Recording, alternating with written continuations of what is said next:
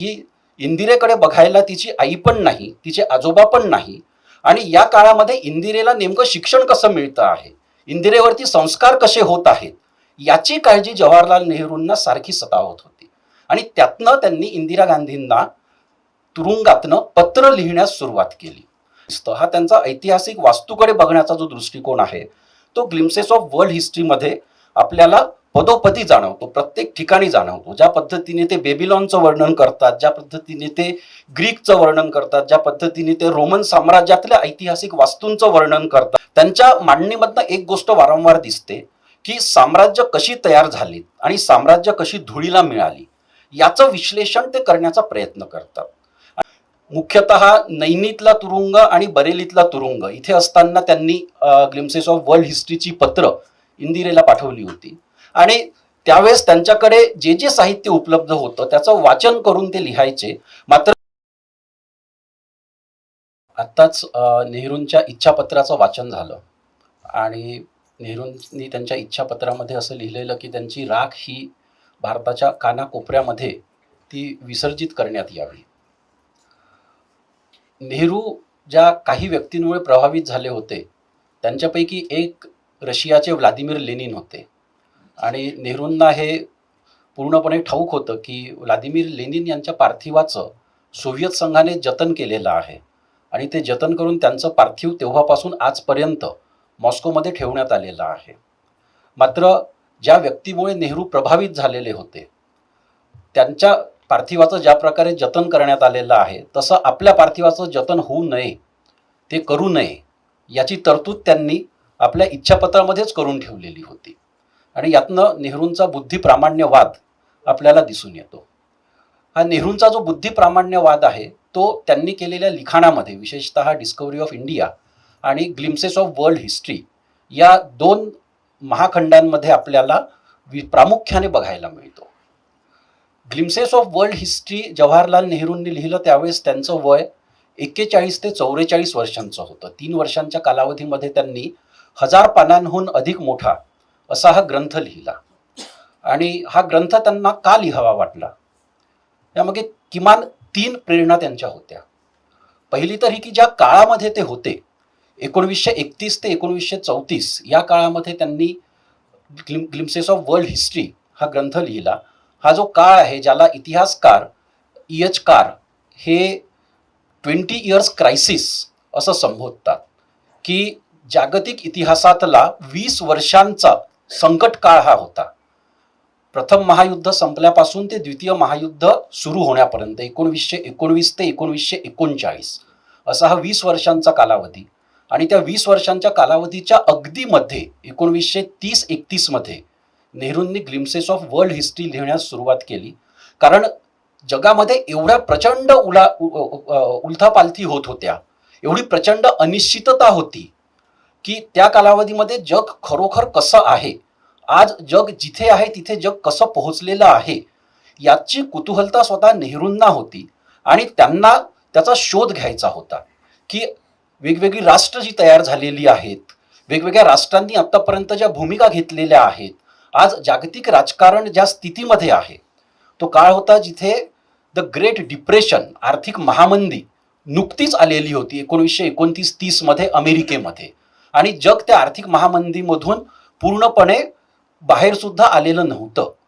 पहिलं महायुद्ध संपून 11-12 वर्ष झालेली होती आणि पहिलं महायुद्ध संपता संपता रशियामध्ये साम्यवादी क्रांतीहून सोव्हिएत संघ सुद्धा निर्माण झालेला होता. आणि जो सोव्हिएत संघ त्याची विकासाच्या दिशेने प्रचंड घोडदौड त्या काळामध्ये सुरू होती. आणि त्याच काळामध्ये इटलीमध्ये मुसोलिनीने स्वतःची सत्ता पूर्णपणे प्रस्थापित केली होती आणि जर्मनीमध्ये हिटलरचा उदय होऊ लागलेला होता. चीन मधली राजेशाही जाऊन चीनमध्ये एका गणराज्याची स्थापना झालेली होती आणि त्या गणराज्यामध्ये प्रचंड अराजकता माजलेली होती. आणि त्याच काळामध्ये जपानने स्वतःचा एक आशियातली शक्ती म्हणून स्वतःला प्रस्थापित केलेलं होतं आणि युरोपीय शक्तींप्रमाणे जपान हा एक साम्राज्यवादी देश म्हणून वागू लागलेला होता.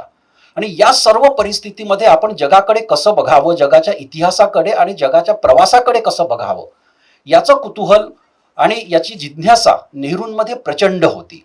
आणि त्यातनं त्यांना ही प्रेरणा मिळाली की त्यांनी या जगाचा शोध घेतला. दुसरी प्रेरणा त्यांची ही होती की जे त्यांनी त्यांच्या ग्लिम्सेस ऑफ वर्ल्ड हिस्ट्रीमध्ये सुद्धा नोंदवून ठेवलेला आहे की जगाचा जो इतिहास लिहिला गेला आहे तो जगाचा इतिहास पाश्चिमात्य लेखकांनी, पाश्चिमात्य संशोधकांनी, इतिहासकारांनी लिहिला आणि त्या जगाच्या इतिहासामध्ये पूर्वेकडच्या देशांना, विशेषतः भारताला आणि चीनला, आणि भारत आणि चीन याच्या पलीकडे जे जग आहे त्यांना कुठलंही स्थान नव्हतं. आणि ही बाब नेहरूंना सारखी खटकायची की ज्या सभ्यता, ज्या संस्कृती 5,000 वर्षांपासून जुन्या आहेत त्यांचं जागतिक राजकारणामध्ये, जगाच्या इतिहासामध्ये एवढं नगण्य स्थान कसं असू शकतं.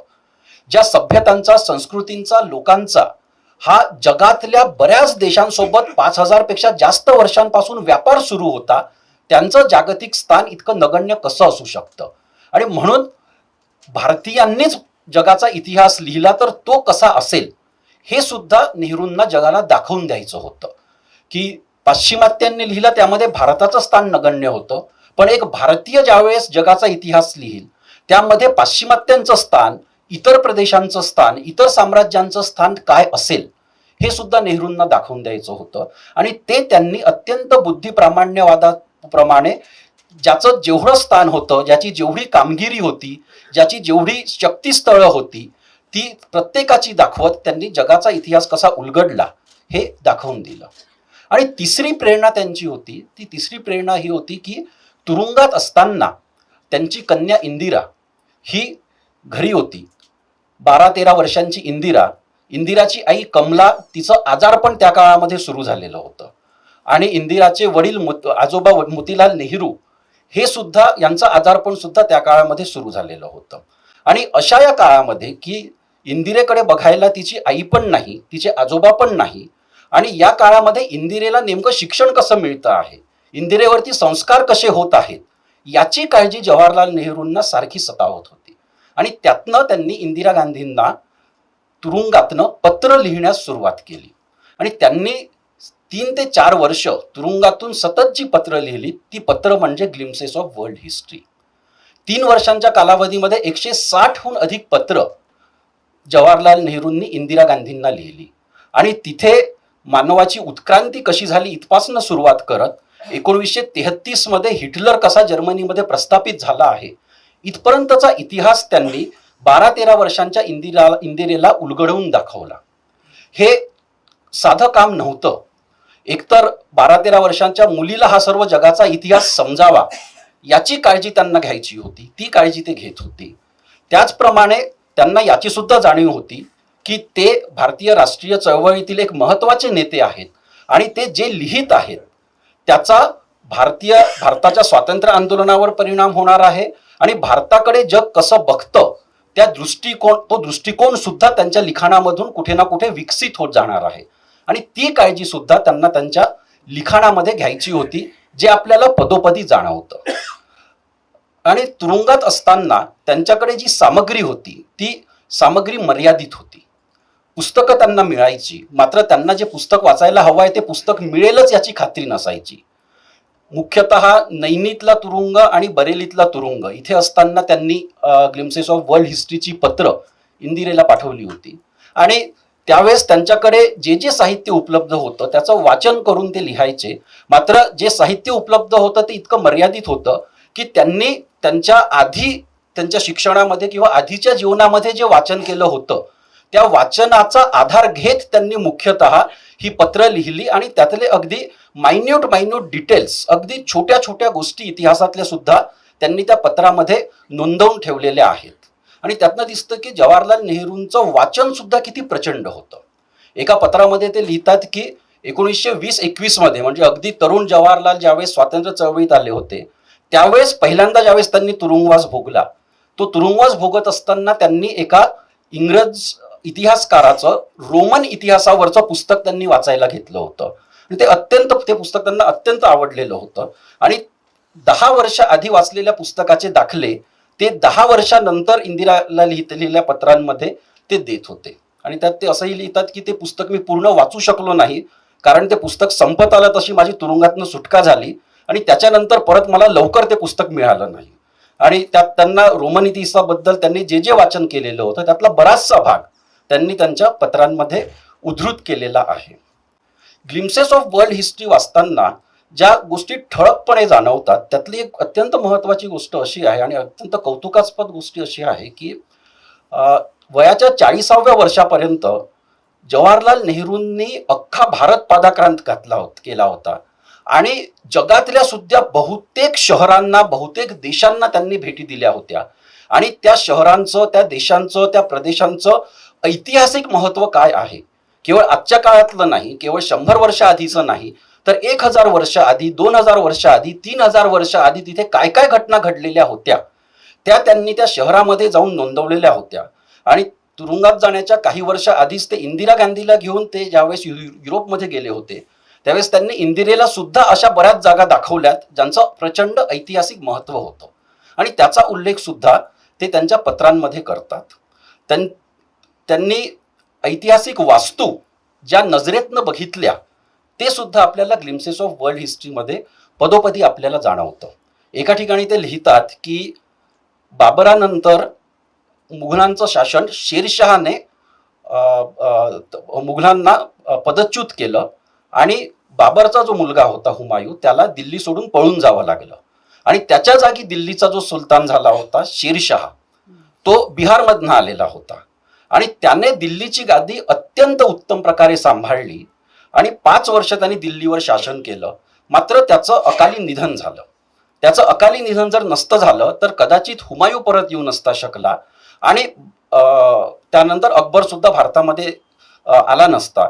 मात्र शेरशहाचं अकाली निधन झालं आणि त्यानंतर ते म्हणतात की शेरशहाची जी कबर आहे ती बिहारमधल्या सासाराममध्ये आहे आणि ती कबर बघितलीच की कळतं की काळ्या रंगाची ती कबर दर्शवते की शेरशाह हा एक लोहादी पुरुष होता. आणि शेरशाह नंतर दिल्लीचा जो बादशाह झाला हुमायूं, त्या हुमायूंची कबर दिल्लीमध्येच आहे आणि तो हुमायूंचा जो मकबरा आहे त्याचं वर्णन करताना ते म्हणतात की अत्यंत सुंदर कलात्मक अशी ती ऐतिहासिक वास्तू आहे आणि त्यातनं आपल्याला शेरशहाचं व्यक्तिमत्व कसं होतं ते एक पोलादी व्यक्तिमत्व होतं आणि हुमायूंचं व्यक्तिमत्व कसं होतं तो कलेची आराधना करणारा राजा होता ते आपल्याला त्यांच्या दोघांच्याही कबरीमधून दिसतं. हा त्यांचा ऐतिहासिक वास्तूकडे बघण्याचा जो दृष्टिकोन आहे तो ग्लिम्सेस ऑफ वर्ल्ड हिस्ट्रीमध्ये आपल्याला पदोपदी जाणवतो, प्रत्येक ठिकाणी जाणवतो. ज्या पद्धतीने ते बेबिलॉनचं वर्णन करतात, ज्या पद्धतीने ते ग्रीकचं वर्णन करतात, ज्या पद्धतीने ते रोमन साम्राज्यातल्या ऐतिहासिक वास्तूंचं वर्णन करतात, ज्या पद्धतीने ते चीनच्या भिंतीचं वर्णन करतात, तर त्यांचा प्रत्येक ऐतिहासिक वास्तूकडे बघण्याचा त्यांचा एक दृष्टिकोन होता आणि त्यांच्या मते इतिहास लिहिताना या ऐतिहासिक वास्तू या सर्वात मोठं प्रमाण आहेत की इतिहास कशा पद्धतीने घडला असेल.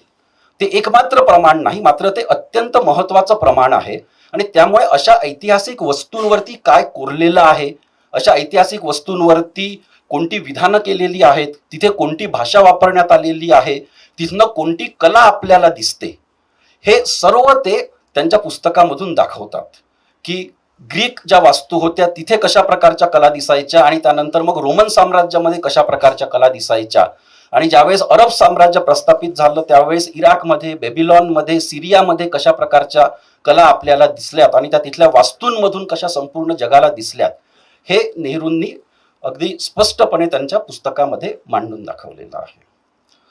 त्याचबरोबर नेहरू ज्या बाबी त्यांना माहिती नाहीत त्या सुद्धा अगदी स्पष्टपणे मांडतात. ते म्हणतात की आफ्रिकेमध्ये काय घडलं काही ठाऊकच नाही आणि त्यामुळे या अख्ख्या 1000 पेक्षा मोठ्या पुस्तकामध्ये आफ्रिकेचा जो उल्लेख आहे तो अनेक ठिकाणी येतो, मात्र तो उत्तर आफ्रिकेचा तेवढा येतो, इजिप्तचा. आणि ते म्हणतात की पण इजिप्तचा विचार करताना आपण तो आफ्रिकेतला देश म्हणून विचार करू शकत नाही, तर तो कधी ग्रीक साम्राज्याचा कधी रोमन साम्राज्याचा भाग होता, महत्वाचा भाग होता आणि त्या दृष्टीने आपण त्याचा विचार केला पाहिजे. मात्र इजिप्तच्या खालती अख्खा जो आफ्रिका खंड आहे त्याबद्दल ते म्हणतात की आपल्याला त्याबाबतची फारशी काही माहितीच नाही आणि तेच ते म्हणतात की लॅटिन अमेरिकेबद्दल सुद्धा आपल्याला फार माहिती नाही. लॅटिन अमेरिकेमध्ये जी माया सभ्यता होती, संस्कृती होती, त्याबद्दल ते थोडं बहुत लिहितात, जेवढी माहिती आहे तेवढं लिहितात, मात्र जेवढं माहित आहे तेवढंच लिहितात आणि त्यापेक्षा जास्त ते लिहित नाही. मात्र त्याचबरोबर आज ज्याला आपण आशियान देश म्हणतो, दक्षिण पूर्व आशियातले जे देश आहेत, जे 10 देश आहेत, त्या 10 देशांचा अगदी विस्तृत इतिहास ते लिहितात.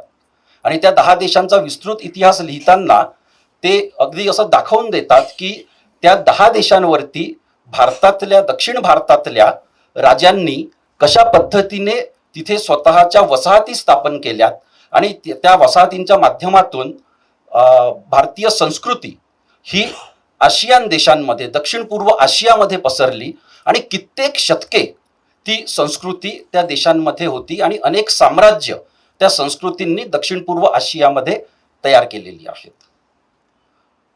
नेहरूंना ज्या गोष्टीचा शोध घ्यायचा होता जगाच्या इतिहासामध्ये, त्यातली एक अत्यंत महत्वाची बाब ही होती की जगामध्ये अनेक संस्कृती आल्यात, अनेक साम्राज्य आलीत आणि ती साम्राज्य उद्ध्वस्त झालीत, संस्कृती सभ्यता संपल्यात. मात्र भारत आणि चीन या 2 संस्कृती अशा आहेत की ज्यांच्यामध्ये आपल्याला निरंतरता आठवते, ज्यांच्यामध्ये आपल्याला कंटिन्युइटी आठवते, ज्यांच्यामध्ये खूप मोठा ब्रेक झालेला आहे असं आपल्याला दिसत नाही. राजे बदललेत, राजवटी बदलल्यात, साम्राज्य बदललीत, साम्राज्य उद्ध्वस्त झालीत. मात्र ज्या संस्कृतींचा विकास भारत आणि चीन या 2 देशांमध्ये, या 2 भूप्रदेशांमध्ये झाला, त्यामध्ये एक फार मोठी निरंतरता नेहरूंना दिसते. आणि ते म्हणतात की ग्रीक संस्कृती खूप महान होती, खूप मोठी होती, मात्र ती जेव्हा संपली ती पूर्णपणे उद्ध्वस्त झाली. रोमन साम्राज्य फार मोठं होतं आणि ते अत्यंत वैभवशाली साम्राज्य होतं, मात्र ते ज्यावेळेस संपलं त्यावेळेस ते पूर्ण संपुष्टात आलं आणि अख्खा युरोप, ज्याला डार्क एजेस म्हणतात, त्या डार्क एजेसमध्ये, त्या अगदी काळवंडलेल्या काळामध्ये अख्खा युरोप हा लोटला गेला. अरब साम्राज्य, मोहम्मद प्रॉफिट यांच्यानंतर अरब साम्राज्य सुद्धा अत्यंत सामर्थ्यशाली आणि वैभवशाली झालेलं होतं, मात्र ते सुद्धा संपलं.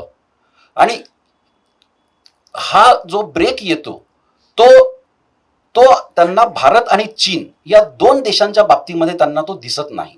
आणि तो भारत आणि चीन या 2 देशांच्या बाबतीमध्ये का नाही याचा शोध ते सारखं घ्यायचा प्रयत्न करतात. त्यांच्या मांडणीमधनं एक गोष्ट वारंवार दिसते की साम्राज्य कशी तयार झाली आणि साम्राज्य कशी धुळीला मिळाली याचं विश्लेषण ते करण्याचा प्रयत्न करतात. आणि प्रत्येक ठिकाणी ते दाखवून देतात की ज्यावेळेस साम्राज्य तयार होतं त्यावेळेस साम्राज्य तयार झाल्यानंतर जी राजवट असते, जी जी जी जी मंडळी, जी लोक सत्तास्थानी असतात, ती भ्रष्ट व्हायला सुरुवात होते. आणि त्यांची भ्रष्ट व्हायला जी सुरुवात होते ती अगदी 50, 60, 70 वर्षांमध्येच होते, त्यामध्ये फार कालावधी जात नाही. मात्र सुरुवातीला साम्राज्य स्थापन झालेलं असल्यामुळे पुढचे 200, 250, 300, 400 वर्ष सुद्धा ते साम्राज्य सुरू राहतं. मात्र केवळ त्या साम्राज्याचं जे वैभव असतं ते बाहेरनं दिसण्यासारखं असतं, आतमधून ते साम्राज्य स्वतःलाच पोखरत असतं. हे ते प्रत्येक साम्राज्याच्या बाबतीमध्ये ते दाखवून देतात की रोमन साम्राज्याच्या बाबतीमध्ये हे घडलेलं, ग्रीक साम्राज्य म्हणण्यापेक्षा नेपोलियनने, अलेक्झांडरने जे साम्राज्य प्रस्थापित करण्याचा प्रयत्न केला, अलेक्झांडर नंतर सुद्धा ते घडलं. आणि जे अरब साम्राज्य प्रस्थापित झालं त्यावेळेस सुद्धा हाच प्रकार घडला की त्यावेळेसच्या राजांनी, त्यावेळेसच्या राज्याची सूत्र ज्यांच्या हातात होती, ज्याला ते पॉम्प अँड शो म्हणतात, की केवळ दिखावा करायचा, छोट्या छोट्या गोष्टीचा सुद्धा प्रचंड समारंभ करायचा आणि त्यातनं स्वतःचं वैभव जगाला दाखवून देण्याचा प्रयत्न करायचा. पण प्रत्यक्षामध्ये त्यांच्यामध्ये कोणत्याही प्रकारची सांस्कृतिक किंवा भौतिक वाढ त्या साम्राज्यामध्ये होत नसते आणि त्यामुळे मग शेवटी जाऊन साम्राज्य आतमधूनच पोखरली जातात आणि ती साम्राज्य कोसळून पडतात. मात्र नेहरूंचा इतिहासाकडे बघण्याचा दृष्टिकोन हा केवळ साम्राज्यांचा उदय आणि अस्त एवढा नव्हता, तर ते धर्मांची स्थापना कशी झाली, धर्मांचा प्रभाव कसा वाढला, धर्मभ्रष्ट कशी झालीत याची सुद्धा नेहरू व्यवस्थितपणे ग्लिम्सेस ऑफ वर्ल्ड हिस्ट्रीमध्ये मांडणी करतात.